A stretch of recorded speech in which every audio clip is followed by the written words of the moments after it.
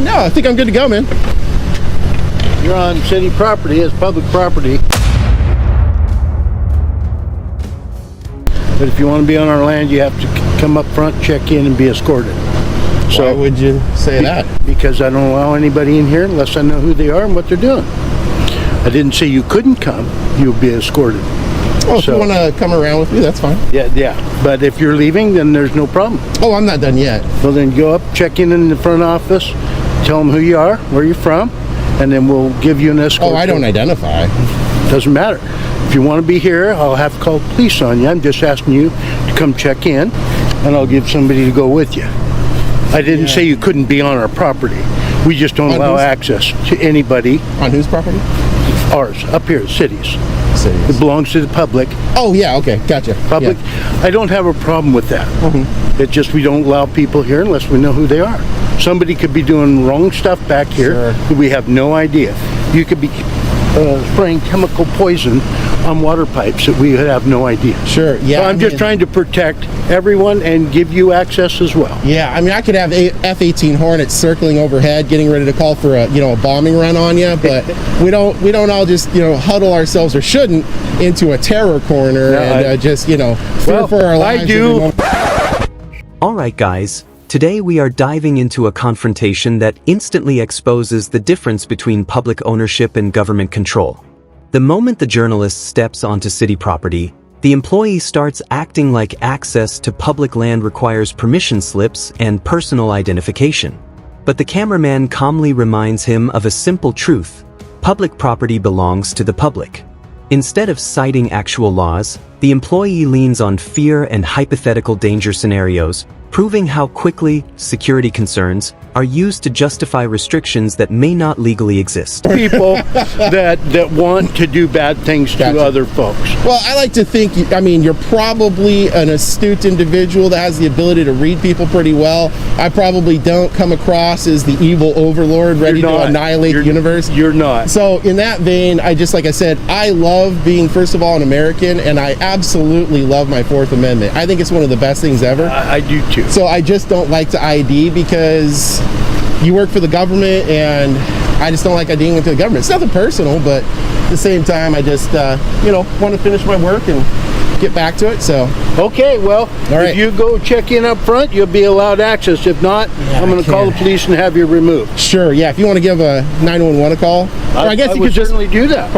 Have we not satisfied you with our services? Oh, I'm not a customer. Oh yeah, like I said, I'm working on a story. Yeah. So our customers don't think we do a good job? I can't get into that now. So there's a few different kinds of journalists out there. There's those that you see on TV, as anchors, and then there's ones like me that get our feet on the street. We're investigative journalists, so we get out there, and I'm just getting some B-roll footage right now, and that's about it. So. Yeah, Woodward's coming over, patrol people, figure out what your deal is. Gotcha. Yeah, and I don't want this to sound, rude or anything, but they're never going to know what I'm doing in any universe will that ever happen.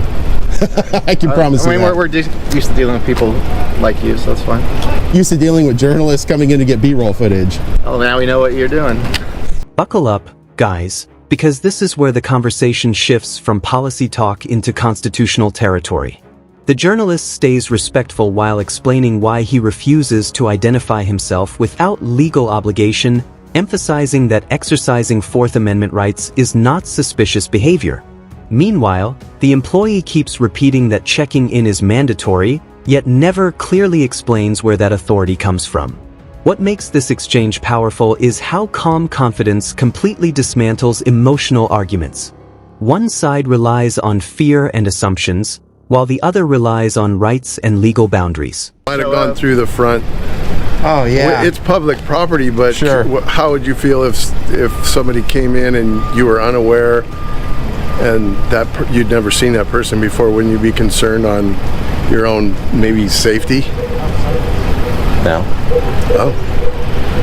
I mean, we're all Americans, right? We all do our thing, and freedom's messy a little bit sometimes. But like I said, I'm working, and the idea, especially as to your point, giving you guys advance warning. That's the kind of thing anchors do, investigative journalists, when they're out in the field working. What are you investigating?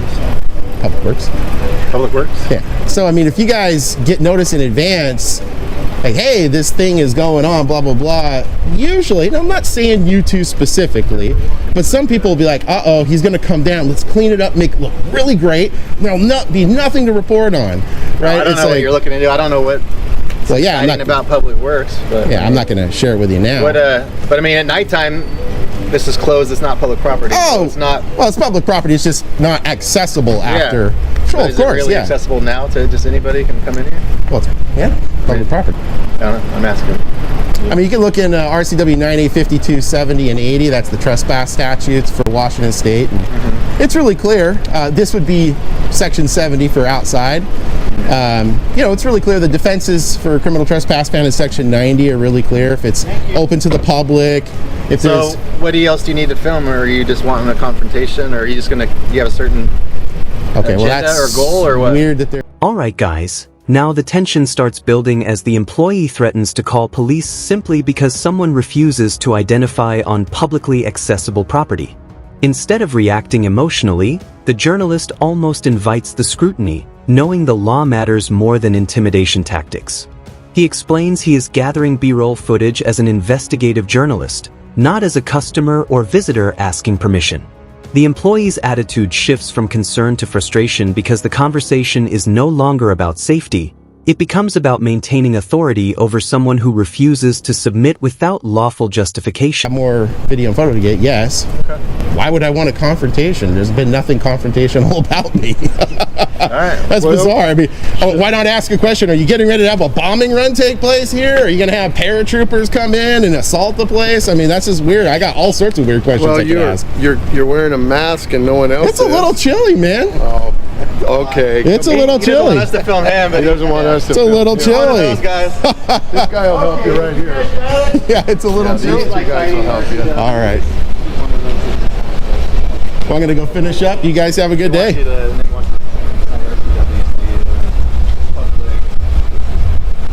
Are you leaving, sir? What's that? Seems like you're walking off. Are you leaving? No, I'm working. What kind of work? Journalist. I don't know if they told you. Just let you know. Seems like you're doing for us. You are being recorded. Oh, sure. Yeah. You don't have to let me know. I'm Scott with Renton Police Department. Nice to meet you, Scott. Yeah. What's your name? Steve. I'm sorry. Steve. Steve. Yeah, I don't want to give you more than that, though. That's fine. Yeah. So what? Is this consensual? Well, why would it not be? Well, I can't assume. I mean, you're here. This isn't a detention or anything, is it? I know what you're trying to do. You're not going to get a rise out of either of us. Look.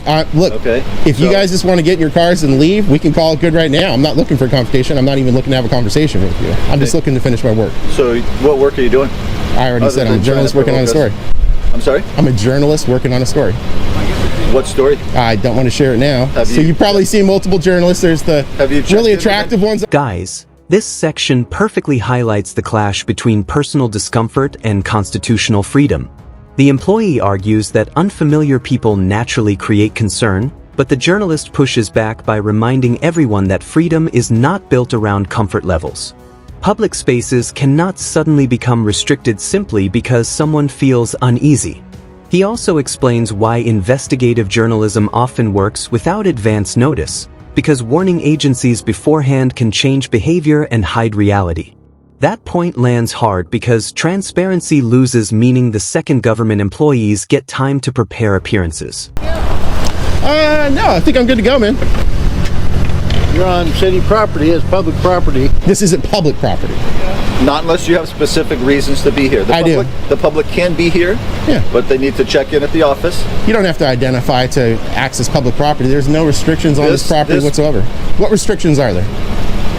I'll let you go on about your way, but you need to leave the property.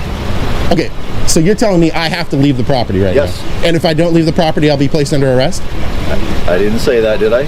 Okay, so you're telling me, are you ordering me or are you asking me to leave? They're two different things. I'm directing you to leave the property unless you follow procedure.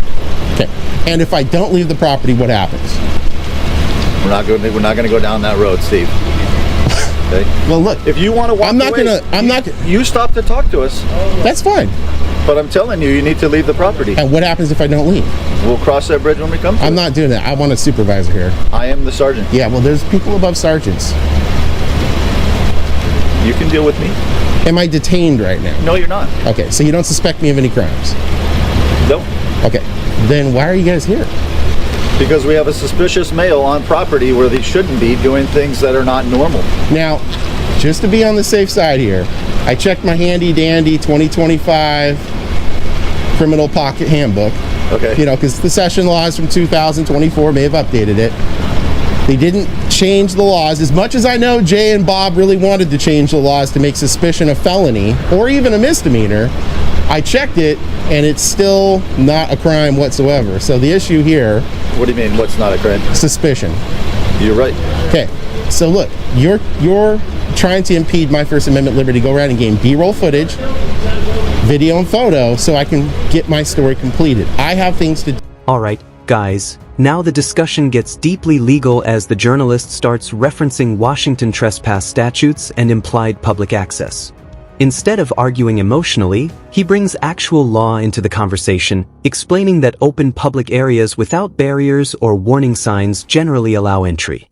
The employee keeps suggesting there must be some hidden agenda behind the filming, but the cameraman repeatedly points out he has remained calm the entire time. This moment reveals something important. When authority cannot point to a law, it often shifts toward questioning motives instead of legality. Now, if there was a sign up there that says, and I don't go places I'm not allowed to go. There's a sign up there that said, no trespassing, authorized personnel only, something like that. It'd be a completely different situation. Yeah. I would head out at that point. Okay. This is publicly accessible. I'm just working For on a story people like with a other purpose. journalists do. What? For people that come here with a directed purpose. No.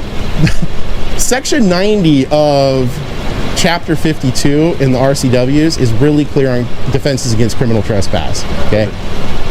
This is open to the public right now. It's implied consent for entry. We know this because when you go through the front gate, the only sign that's there says you're under video surveillance. So if you want to go do your story, then go do your story. You stop to talk to me. No, you called out to ask me a question. Are you leaving, sir? What's that? Seems like you're walking off. Are you leaving? Now, Okay, so you're free to go. okay. And I don't have to leave the property. Steve, you're free to go.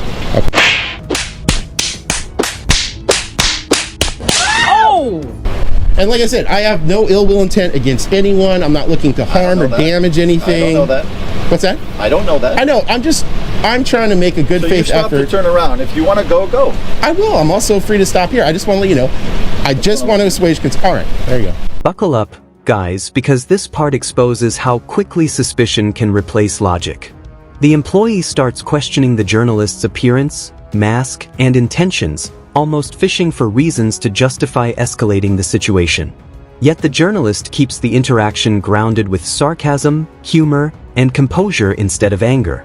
Then police finally arrive, and immediately the tone changes from workplace discomfort into an official investigation of someone who has not committed any crime. The cameraman makes it crystal clear. He is not seeking confrontation. He simply wants to continue lawful activity without harassment.